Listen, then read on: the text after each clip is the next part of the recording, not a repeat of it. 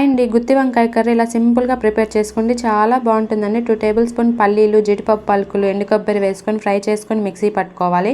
ఇందులో కట్ చేసుకున్న tomato, onion, కొత్తిమీర, 1 టేబుల్ స్పూన్ ధనియాల పొడి, అల్లం వెల్లుల్లి పేస్టు, కొంచెం ఉప్పు, కారం, పసుపు వేసుకొని బాగా మిక్సీ పట్టుకోవాలి.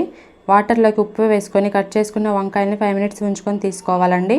ఈ వంకాయ ముక్కలకి మసాలా పేస్ట్ అంతా పెట్టేసుకోవాలి లోపలికి.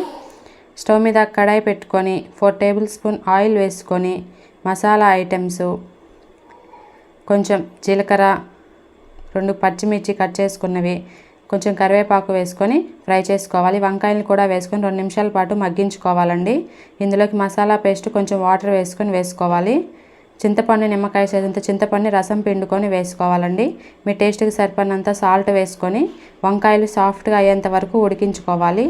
లాస్ట్లో కొంచెం కొత్తిమీర వేసుకొని మిక్స్ చేసుకుంటే వేడివేడిగా ఆంధ్ర స్పెషల్ గుత్తి వంకాయ కూర